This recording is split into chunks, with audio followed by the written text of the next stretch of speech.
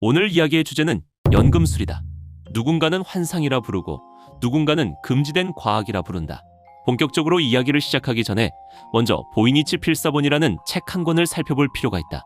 이 책의 수수께끼는 100년이 넘는 세월 동안 그 누구도 풀어내지 못했다. 경찰도, 학자도, 암호 해독 전문가도 모두 실패했다. 어쩌면 애초에 그들이 풀 수 있는 문제가 아니었을지도 모른다. 이 책은 1912년에 폴란드계 미국인 골동품상 윌프리드 보이니치가 이탈리아에서 구매한 책으로 총 240쪽 분량의 아주 질 좋은 송아지 가죽으로 만들어졌다. 문제는 이 240쪽을 다 봐도 뭔 소린지 아는 사람이 단 한 명도 없다는 거다. 책에 쓰인 언어는 우리가 아는 그 어떤 지구의 언어도 아니다. 처음에는 책의 재질로 미루어 보아 15에서 16세기 물건으로 추정했다. 그러다 2011년에 방사성 탄소 연대 측정을 통해 이 책이 1404년에서 1438년 사이에 제작되었다는 사실이 밝혀졌다. 책에는 수많은 글자와 함께 사파가 가득한데 이 사파도 알아볼 수가 없다. 바로 그 점이 이 책의 기묘한 부분이다. 이게 그중 한 사파다. 아래를 보면 나무 뿌리가 있는데 이 뿌리 단면에서 이런 게 자라나고 있다. 식물학자, 생물학자들이 죄다 뜯어봤지만 이게 대체 무슨 식물인지 아는 사람이 아무도 없었다. 몇몇 생물학자는 아예 지구에 없는 존재라고까지 말한다. 옆에 쓰인 글자들을 보면 그림을 따라 쓴 것 같아서 그림을 먼저 그리고 글을 나중에 채워넣은 느낌이다. 다시 말해 이 글자들은 그림을 설명하기 위한 것일 수 있다는 뜻이다. 현재로선 이 문자가 아랍 문자와 가장 흡사하다고 본다. 하지만 이 책은 왼쪽에서 오른쪽으로 쓰여 있고 아랍어는 오른쪽에서 왼쪽으로 쓴다. 게다가 자세히 뜯어보면 아랍 문자가 아니다. 몇몇 문자는 숫자처럼 보이기도 한다. 첫 글자는 딱 봐도 팔같이 보인다. 어떤 동그라미는 0이나 알파벳 5 같기도 하고 무슨 암호 같기도 하다. 8ACC0 같은 이런 코드는 절대 못 알아볼 거다. IT 업계에 몸담았던 내짬으로 볼 때 이건 C 언어도 자바도 아니다. 어떤 단어에는 같은 알파벳이 여러 번 반복되기도 한다. 책에는 유난히 깨끗해 보이는 표지도 있지만 제목도 저자도 쓰여 있지 않다. 이 책이 발견된 이후 수많은 암호학자와 언어학자, 문학자 등 온갖 분야의 학자들이 이 미스터리에 끌려들었다. 그러나 100년이 지났지만 아직까지도 이 책에 뭐가 쓰여 있는지 아는 사람은 없다. 특히 지난 100년 동안 1, 2차 세계대전을 겪으며 군 소속의 암호 해독 전문가, 소위 특전 사급 인물들도 이 책의 해독에 참여했다. 하지만 이런 족집게들마저 죄다 나가떨어졌다. 말 그대로 군대까지 동원됐는데도 답이 안 나온 거다. 심지어 현재까지 단 한 문장, 아니 단 한 단어도 번역하지 못했다. 그래서 암호학계의 성배라 불린다. 누구든 이 책을 푸는 자는 암호학계의 왕으로 등극하는 거다. 책에 그려진 그림을 분석한 결과 이 책은 총 6개의 장으로 나뉜다고 한다. 첫 번째 장은 식물. 진짜 식물인지는 모르겠지만 아무튼 식물처럼 보인다. 단지 우리가 모르는 식물일 뿐. 두 번째 장은 천문. 별처럼 생긴 것들이 잔뜩 그려져 있다. 은하수 같기도 하고 우주 같기도 한 그런 패턴인데 자세히 보면 볼수록 기괴하다. 세 번째 장은 생물. 여기서 드디어 인간이 알아볼 수 있는 게 나온다. 바로 수많은 여인의 그림이다. 무슨 욕조 같은 곳에 여자들이 잔뜩 앉아있고 욕조에는 관이 연결되어 있는데 그 관이 또 다른 생명체 같은 것과 연결되어 있다.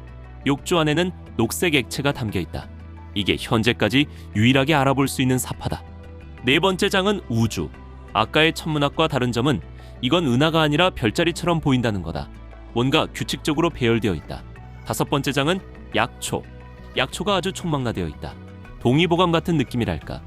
여섯 번째 장은 조제. 마치 우리가 요리할 때처럼 이거 넣고 저거 넣고 얼만큼 넣고 하는 식으로 되어 있는데 뭘 넣는지는 알 수가 없다.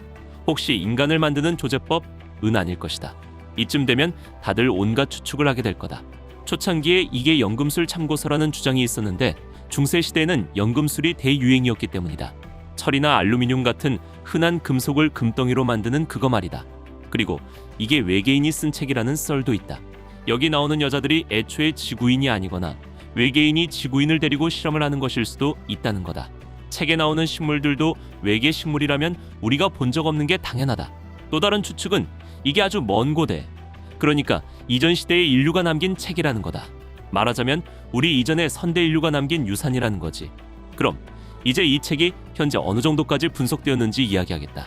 우선 이 책을 분석하려면 한 가지 가능성을 배제하고 넘어가야 한다. 바로 이 책이 그냥 아무 말 대잔치일 가능성이다. 현재 대부분의 전문가는 이 책이 아무 말 대잔치가 아니라고 본다. 겉보기에도 이 책은 당시 매우 비쌌던 고급 송아지 가죽으로 만들어졌고 페이지마다 사파가 있으며 글씨는 정갈하고 필체는 매우 유려하다. 글을 쓴 사람이 자기가 뭘 쓰는지 정확히 알고 있다는 느낌을 준다. 만약 의도적으로 지어낸 거라면 글의 유창함이 떨어질 수밖에 없다. 다시 말해 아무렇게나 쓸 거면 굳이 이렇게 많이 쓸 필요가 없다. 여기까지는 겉보기 분석에 불과하고 이제부터는 메커니즘과 원리 측면에서 살펴보겠다. 이렇게 많은 글과 그림을 넣는 건 누군가에게 보여주려는 목적일 텐데 순 엉터리로만 써놨다면 누가 보며 누가 알아볼 수 있겠나. 아무도 못 알아본다면 240쪽은 아무 의미가 없다. 따라서 막 썼을 거라는 목적 자체는 성립되지 않는다. 지난 몇 년간에는 언어학자들이 컴퓨터의 도움을 받아 필사본의 모든 문자를 분류하고 정리해서 빈도를 분석했다. 그 결과 여기에 쓰인 단어의 출현 빈도가 지프의 법칙에 부합한다는 점을 발견했다. 그럼 지프의 법칙은 뭘까? 예전에 얘기했던 파레토 법칙과 비슷한 건데 지프의 법칙은 파레토 법칙을 더 정교하게 표현한 거라고 보면 된다. 전에 영상에서 우리는 세상의 20% 인구가 80%의 부를 차지하고 20%의 대도시에 80%의 인구가 산다고 했다. 이건 일종의 자연적 법칙으로 인간의 언어 역시 비슷한 패턴을 보여준다. 예를 들어 100개의 단어로 된 글이 있다면 그중 80%는 20%의 고빈도 단어로 채워진다. 영어에서 더, 오프 같은 것들 말이다. 그런데 이 필사본의 문자도 지프의 법칙을 따른다는 거다. 이는 이 언어가 조작된 게 아니라 자연어라는 증거가 된다. 게다가 특정 단어의 출현 빈도는 사파와 장의 내용과도 맞아떨어진다. 예를 들어 식물장에서는 어떤 단어들이 집중적으로 나타나고 생물장에서는 또 다른 단어들이 집중적으로 나타나는 식이다. 물론 자연어의 규칙에 부합하면서도 어딘가 좀 이상한 특징도 많다. 알파벳 한두 개로 이루어진 짧은 단어가 거의 없고 대부분 길다. 그렇다고 알파벳 10개를 넘어가는 단어도 없다. 이건 알파벳으로 조합되는 대부분의 언어와는 다른 특징이다.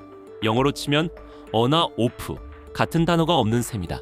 이로써 아무 말 대잔치설은 부정되었고 기본적으로 이건 제대로 쓰인 책으로 인정받고 있다. 물론 제대로 된 헛소리일 수도 있지만 아무튼 아무 말 대잔치설을 부정해야 다음 단계로 넘어갈 수 있다. 현재 대부분의 사람들은 이 책이 암호로 쓰였을 가능성이 높다고 본다. 이 점이 바로 군 소속 암호 전문가들을 끌어들인 아주 매력적인 부분이다. 하지만 현재까지 아무도 그 암호화 방식을 풀거나 원래의 뜻을 역추적해내지 못했다. 그러면 책의 목적은 대체 뭘까? 만약 책 전체가 암호 언어라면 암호화한 목적은 남들이 못 보게 하려는 거다. 혹시 반지의 제왕의 반지처럼 이 책을 얻는 자가 세상을 지배, 예를 들어 이 책에 인류의 기원, 진짜 기원이 담겨 있다면 암호화할 필요가 있을 수도. 이 책은 사실 암호 해독가들에게 아주 유리한 조건을 가지고 있다. 바로 사파가 있다는 점이다. 상식적으로 옆에 있는 글자는 그림 속 대상을 묘사하는 내용일 테니 그림을 통해 옆에 있는 글자가 무슨 뜻인지 어느 정도 유추할 수 있다. 아까도 말했지만 알아볼 수 있는 그림이 하나 있었다. 바로 이 그림.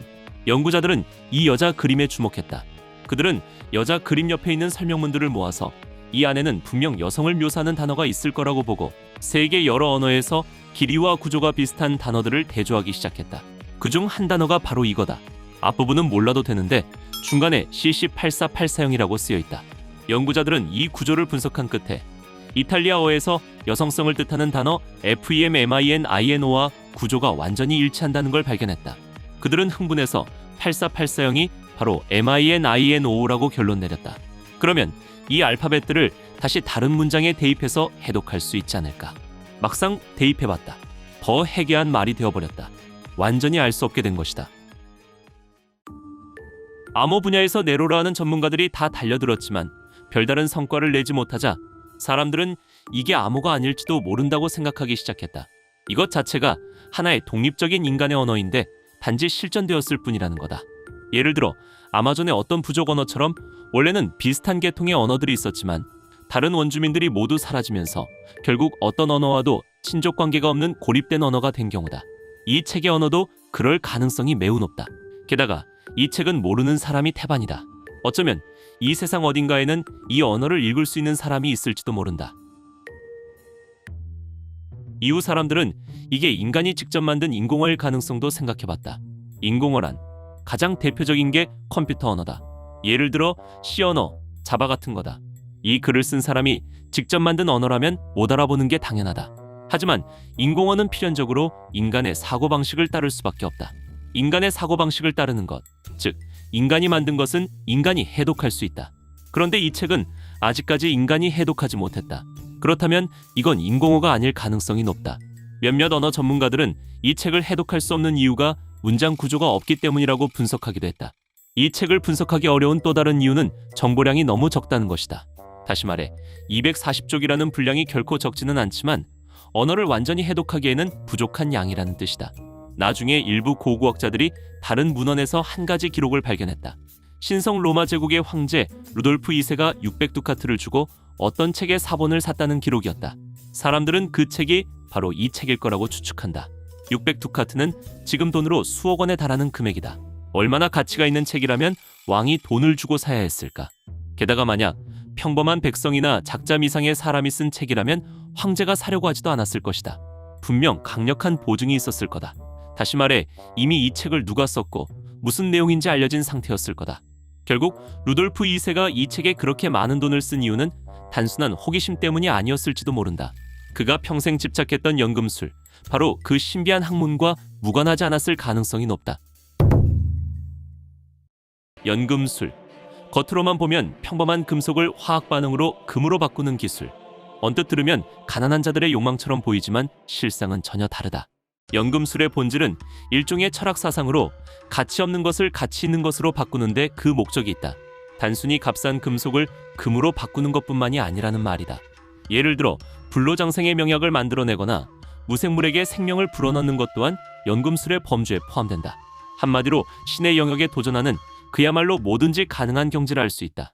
방금 말한 것들 중 금을 만드는 연금술은 가장 낮은 등급, 즉 하급에 속하고 상급 연금술은 무생물을 생명체로 바꾸거나 사람을 영원히 살게 하는 것이다.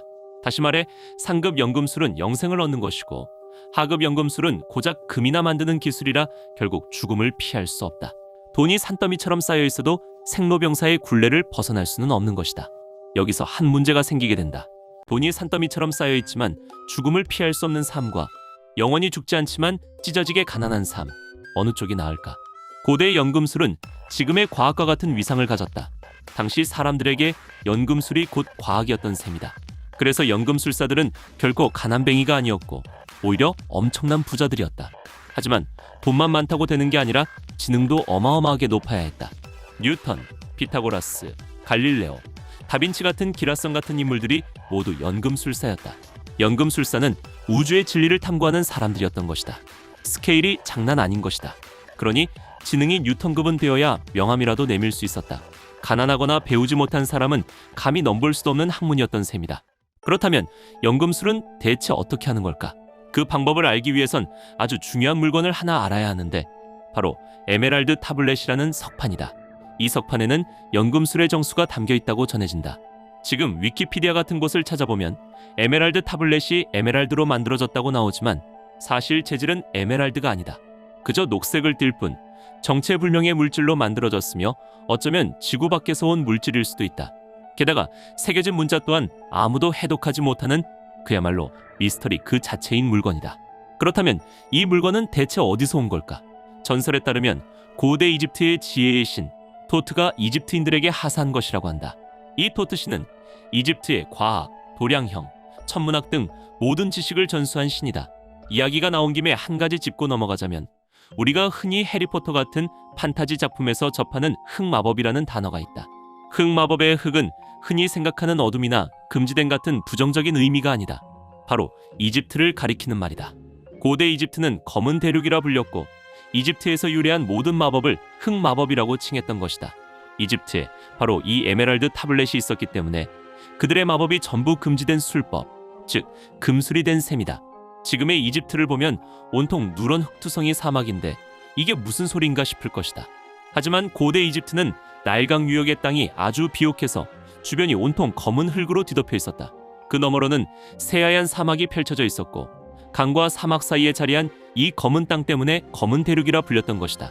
그러니 흑마법의 흑은 단순히 어둠을 뜻하는 것이 아니라 사실 이집트의 고대 술법을 의미한다. 에메랄드 타블렛의 기원에 대한 또 다른 설은 바로 아틀란티스에서 왔다는 것이다.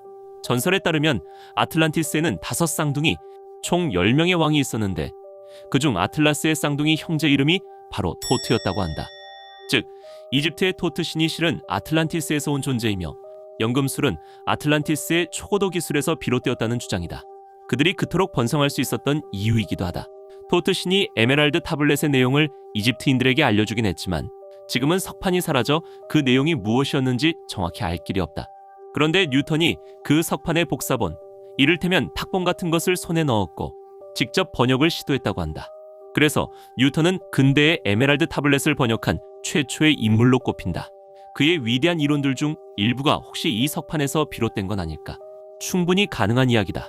지금도 인터넷을 찾아보면 에메랄드 타블렛의 번역본이라는 글들을 찾아볼 수 있지만 진위 여부는 불분명하다. 그 중에서도 학자들이 이건 진짜일 수 있겠다고 여기는 번역본이 하나 있는데 그 첫 문장은 이렇다. 이 세상의 위와 아래, 크고 작은 모든 것은 본질적으로 하나다. 이게 무슨 뜻이냐면 원자를 보면 원자핵 주위를 전자가 맹렬하게 돌고 있는데 이는 태양 주위를 지구가 도는 우주의 모습과 똑같다는 것이다. 작게는 원자부터 크게는 우주까지 그 구성 원리가 모두 같다는 의미로 해석할 수 있다. 그 다음엔 또 굉장히 어려운 말을 잔뜩 했는데 이것들은 완전 이해할 수가 없다. 아마 그 말의 요지는 이런 것 같다. 만약 우리가 우주를 알고 싶다면 가장 작은 것부터 이해하려고 해야 한다는 것이다. 왜냐하면 모든 것은 본질적으로 같으니까. 다시 말해 사람과 돌멩이 같은 것들도 사실은 모두 똑같은 원소로 이루어져 있으니 근본적으로는 같은 존재라는 것을 시사한다. 그렇다면 왜 이 문장이 연금술의 정수가 되었을까? 연금술의 근본 사상은 금과 철이 본질적으로 다르지 않다면 철로 금을 만들지 못할 이유가 무엇인가라는 질문에서 출발하기 때문이다. 결국 가능하다는 결론에 이르는 것이다. 그럼 여기서 질문 하나. 왜 금은 이렇게 비싼 걸까? 흔히들 금이 희소하고 공업적 가치가 높기 때문이라고 말하지만 전기조차 없던 고대에는 공업적 가치가 무슨 소용이람. 이는 인간이 금을 좋아하는 이유가 그런 가치 때문이 아니라 우리 유전자 속에 금에 대한 선호가 각인되었을 가능성이 있다. 그 근원은 바로 아누나키일 것이다. 아무튼 이 에메랄드 타블렛은 현재 행방이 묘연하고 그 덕에 구체적인 연금술의 방법 또한 실전되었다. 이 연금술의 핵심에는 현자의 돌과 같은 전설적인 물질이 있다. 현자의 돌은 돌멩이가 아니라 종교나 국가에 따라 액체, 분말 혹은 돌의 형태로 다양하게 묘사된다. 한국에서는 바로 도사가 만든 불로초나 신선약이다. 예를 들어 산속 신선이 먹으면 늙지 않고 영생을 얻는다는 선약. 이 약은 단순히 생명을 연장하는 것뿐만 아니라 신비한 힘을 지닌 존재로 묘사되기도 한다. 다시 말해 현자의 돌은 인간의 모든 소원을 이루어주는 궁극의 아이템인 셈이다. 서양 종교 문헌에 따르면 현자의 돌을 손에 넣으면 모든 천사를 지휘할 수 있다고도 한다. 결국 연금술이란 현자의 돌을 찾거나 만들어내는 과정 그 자체라 할 수 있다. 스핑크스의 발밑에 신이 될 수 있는 무언가가 있다는 설도 있는데 어쩌면 그것이 바로 현자의 돌일지도 모른다. 그럼 연금술이 이토록 강력한 힘을 다루는 학문이라면 모든 실험은 반드시 극비리에 진행되어야만 했을 것이다. 어느 날 정말로 금을 만들어냈다고 해도 절대 남에게 알려선 안 된다. 만약 소문이라도 나면 권력자들이 당장 잡아다가 평생 금만 만들게 할 수 있다. 불로장생도 마찬가지다. 다른 사람 귀에 들어갔다간 큰일 날 것이다. 나쁜 놈들이 나타나서 그거 한 알만 내놔. 나도 영원히 살란다. 하며 협박하기 시작하면 끝. 이런 이유로 연금술사들의 모든 기록이나 실험 노트는 전부 암호로 작성되었다. 보이니치 필사본이 연금술 서적일 거라는 추측이 나온 것도 바로 이 때문이다. 이런 비밀주의는 장미십자회라는 단체와도 연결된다. 장미십자회는 중세시대의 비밀결사로 3편의 성명서를 발표하면서 세상에 그 존재가 알려졌다. 이 성명서에는 창시자인 크리스티안 로젠크로이츠라는 인물이 언급되는데 이 사람은 106세까지 살았다고 한다. 어쩌면 꽤 높은 경지에 오른 상급 연금술사였을지도 모른다. 그래서 그 시대에 그렇게 오래 살 수 있었던 것이다. 훗날 이 장미십자회의 한 분파가 현재의 프리메이슨을 형성했다는 설이 제기되었다. 그래서 프리메이슨 역시 연금술과 아주 깊은 관련이 있을 가능성이 높다. 테슬라 같은 수많은 과학자들이 프리메이슨 회원이라는 이야기도 있지 않은가. 아무튼 이런 미스터리한 이야기에는 항상 프리메이슨이 빠지지 않는다. 이번에는 호문쿨루스, 즉 인공생명체에 대해 알아보자. 말 그대로 화학 반응을 통해 인간을 만들어내는 기술, 만드는 방법은 이렇다고 한다. 먼저 플라스크에 인간의 정액을 넣고 각종 약초와 말똥을 섞어 밀봉한다. 그리고 말똥의 발효율을 이용해 40일간 보온하면 플라스크 안에 투명한 인간 형태의 물체가 나타난다. 하지만 이때는 아직 육체가 없기 때문에 살아있는 사람의 피를 주입해야 한다. 그리고 40주 동안 말의 태내 온도와 같은 온도를 유지하며 배양한다. 이 기간 동안 매일 신선한 피를 공급해줘야 하며 만약 플라스크에서 꺼내거나 피 공급을 중단하면 즉시 죽어버린다. 이 모든 과정을 거치면 마침내 완벽한 생물, 아기가 탄생하게 된다고 한다. 역사상 실제로 인공 생명체를 배양하는 데 성공했다고 주장한 사람이 딱 한 명 있는데 바로 스위스의 연금술사 파라켈수스다. 이 사람의 본명은 필리푸스 아우레올루스 테오프라스투스 봄바스투스 폰 호헨하임으로 본명과는 전혀 상관없는 이름으로 활동했다. 파라켈수스는 단순히 수상한 주술사가 아니라 현대의학에 지대한 공헌을 한 인물이다. 그런 사람이 인공생명체를 만들었다고 주장했으니 신빙성이 꽤 높다고 할 수 있다. 결국 연금술은 시대와 문화를 막론하고 인간의 잠재의식 속 깊은 욕망과 호기심을 추구하는 행위를 상징한다. 그리고 보이니치 필사본은 바로 그런 인간의 호기심과 탐구정신을 보여주는 신비로운 산물이다. 지금 인터넷에서도 관련 자료를 쉽게 찾아볼 수 있다. 여러분도 한번 보고 이 100년간 풀리지 않은 미스터리를 풀 수 있을지 도전해보길 바란다. 그럼 오늘 이야기는 여기까지입니다. 다음 영상에서 다시 만나요.